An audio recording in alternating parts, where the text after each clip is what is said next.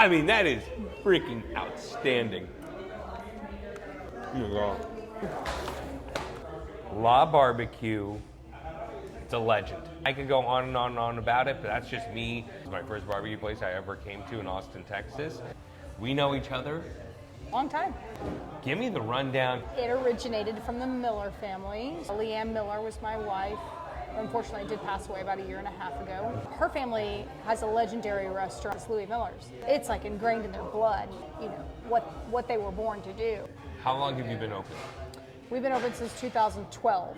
Well, I mean, I've been coming here since 2015, couple different locations, but not only do you refuse to miss, but I would say, God's honest, starting in 2021, I just started to notice newer things. Mm-hmm. You know, you kept playing with stuff like that kimchi. So let's talk about this platter here. Tell me what's going on here. This is our jalapeno sausage. It's also my favorite. We also have a house-made chili. We use our brisket trimmings, grind it, season the hell out of it, and just let it stew, kind of, and it becomes this beautiful brisket chili. This is the heaviest chili dog ever. There's no beans because there's no beans in Texas chili, but there's no beans because where would it go? I don't know. I mean, that is freaking outstanding. I haven't even gotten into the link yet. This would be the world's greatest sloppy Joe already. Well, it's not chili though.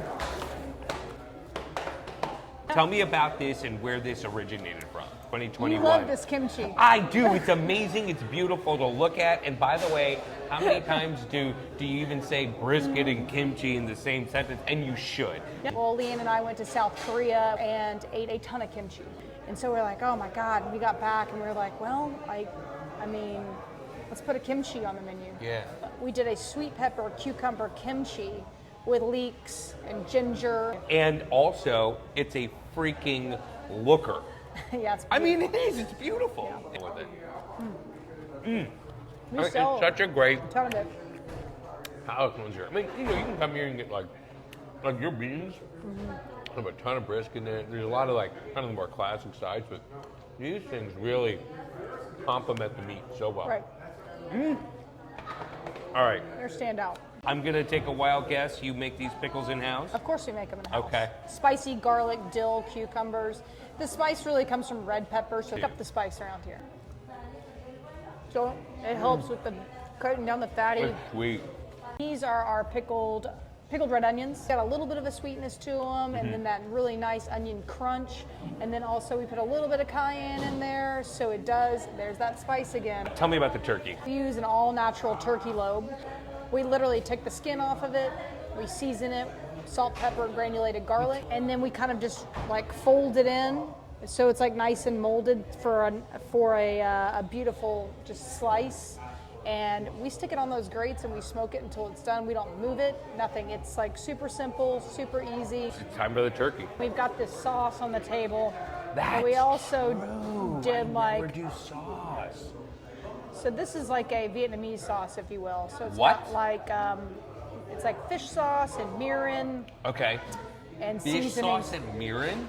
These are the things I'm gonna steal. Oh, wow. This is crazy. I mean, who does this? By the way, all these words I'm saying at a legacy Central Texas barbecue joint. Fish sauce, mirin, really? Kimchi? Yeah, I mean, why not, right? Oh my God. It's like an umami. I've never had that before. I'm pissed I've never had that before. It's my You could favorite make sauce on a the table. killer bun meat sandwich with that. That is amazing. Oh my God. It just gives it that extra flavor, you know. This is my kind of mac and cheese. Tell me about this. So we literally make queso, right? Like the queso you would eat with chips. You know, chips and queso. Yeah, queso. It's got just a little bit of that on the back of your mouth like kick. Yeah. But a child should be able to eat that. Kids come in here and eat all the time. Just shell pasta. It ain't no elbow mac and cheese. After the meal, me and Allie Clem had a great chat about how the barbecue has evolved over the past 9 years. So I gotta say, back in the day when I first came here, you were a trailer, you know? And to me, like, a big part of the experience was how I was having the really kind of almost cult-like, you gotta go to this barbecue place in Austin, this is what everyone's talking about. You're sitting outside, you're waiting in line, maybe they run out of stuff. When we put you on Best Thing I Ever Ate, the whole episode was worth the wait. But what's kind of crazy is maybe the real reason of worth the wait here is it's now way more comfy. There's AC. You guys have timed it out right where you don't overwhelm the cutting station. Right. And y'all got drinks. Has this always been the dream to kind of really evolve it from those trailer days? Because I fell in love with the trailer. Oh, yeah. Well, I'm glad you did, because Hell those yeah. 5 years were hard. Yeah, no, I mean, respect to that too. I mean, working out of a trailer, especially like in the mass quantities that we're doing, was very challenging. So anybody who opens a trailer and runs like food service out of a trailer, you know what, props to them, honestly, because I'll tell you what, that is a hard job. So 5 years into that, and we moved into the Quickie Picky, the grocery store. Yeah. It was a really nice transition because, you know, we weren't taking over a big space already. We were used to a smaller space, and so that kitchen is like kind of just like an indoor transfer, if you will. Yeah. But we have like a walk-in and, you know, bathrooms and, you know. no And it gray wasn't water. such a big, I mean, the cost expense of diving into owning your own building is going to be a big jump from a trailer, right? Right. So, I mean, it was like literally a nice, just quick little whoop, and it happened to be like across the street, which was even better. Yeah. So that was really nice. We lived there for 3 years. 2020 hit, and we decided we need to make some changes. Yeah. And we were so lucky to find this building, which was literally, again, down the street, like a couple blocks. Yeah. And you've always been, I mean, it's been East Austin, pretty much Cesar Chavez, but that's where, you know, this is where we're at, Yeah, right? for the majority of our life. Yeah. For sure. I mean, we started on South First, but moved over to Six and Waller behind Uptown Sports Bar over there. Okay. We were there for about a year, and then we moved to 6th and Cesar Chavez. Okay. I mean, 35 Access and Cesar Chavez, that big lot. I think that's where I first, Yeah. way back when, 2015. Yeah. It would have been May of 2015. I think we were there for a couple years, and then we moved down Cesar Chavez a little bit to next to the bar Stay Gold. It's something else now. Yeah. And then we moved to Quickie Picky. I always say it's like the Oregon Trail without the dysentery. But I mean, it's a hard journey. It you is, know? yeah. Especially when you talk about those trailer days, Yeah. right? Well, I mean, and trailers move because, you know, the city is constantly growing, so, you know, lot space changes. Also, you know, where people live, where they hang out, everything else also changes. As you can see just from like, I mean, just the places that we've been or the areas, that's just what I pay attention to. And so now that we've moved down Cesar Chavez, we were lucky to get into this spot because things are coming down this way. Yeah. It's not completely, you know, built up around here yet, but it's getting there. We've got Yeah. some great places that are surrounding us, which brings more foot traffic, more people, I mean, more eyes, more, I mean, it's great. So that's something I think is pretty wild is, you know, like it's easy for me, someone who's essentially like a food advocate, you know what I mean? To be like, oh, this place is great and the food scene's great and stuff like that. But I really believe like craft barbecue there's just more people are getting into the game and they're not playing games either, you know? You can't play restaurant. But you know, there's some places that after a while you're like, they don't hit as hard. And I can honestly say, for the place that it's indelible in my mind of like having Texas barbecue for the first time. It was here, one of your earlier locations, right? But it's very fair to say that the food has evolved. You know, some places after a while you're like, it just doesn't hit as hard as it used to because maybe the game got better, right? What is it? How have you been able to do this stuff? Just, you know, coming up with freaking fish sauce, like, you know, this alone is a concept-worthy thing, and this is yet another detail you're tossing in there. Like, talk me through that because, you know, It's 2024 and it feels like it here. And you guys were already doing it. You're doing something commendable when I first had it in 2015. So what's that mentality like for you? Well, I mean, I honestly, I know, well, I want people to come in and get like, you know, the same brisket, the same turkey, the same Right. pork ribs, the same sausage. Like I want to have those staples, right? But I want people to be able to be like, oh, well, they have this week, and I can come in and get a slice of brisket, and then also maybe this special, you know. So I'm trying to bring in specials, and if they hit, which a lot of them have. So I really think that, you know, for people to be able to come in and eat this more often, you have to be more creative and give them more options. And also just like, you There it know, is. and people get There it excited is. about that.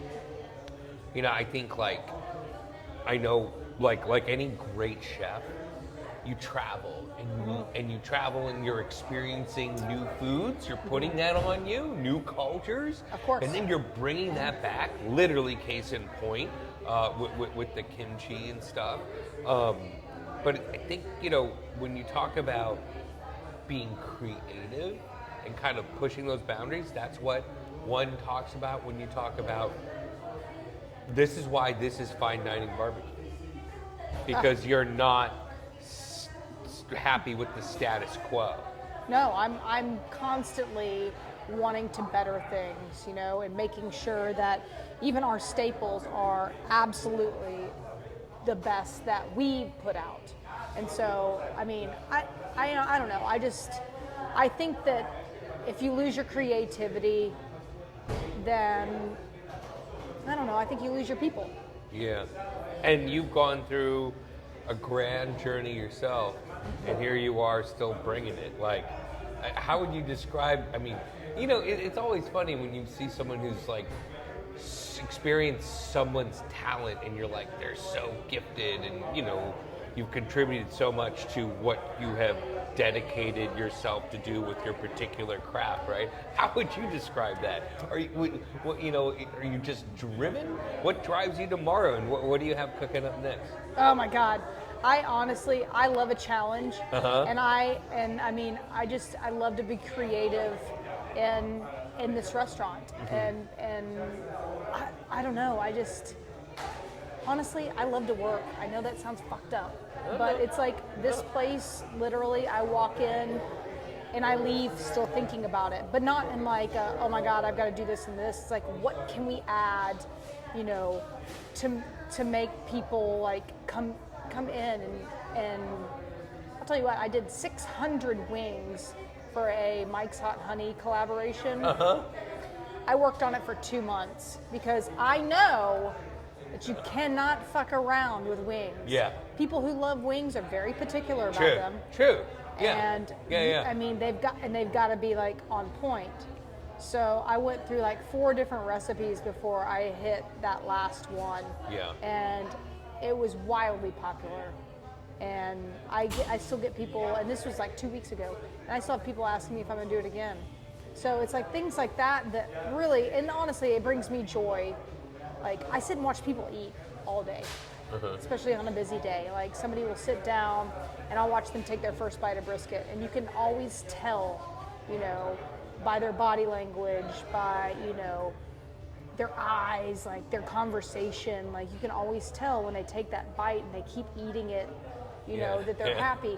And that honestly, that's what fuels me right there. Yeah. Is just bringing that joy to people, and then, you know, having things that are new allow them to know that I'm not just barbecue. Yeah. I can do other things. You know, I would even say this, I would add to that this. You don't allow barbecue to remain something that's stuck and then ultimately will become stagnant. Right. You're evolving it.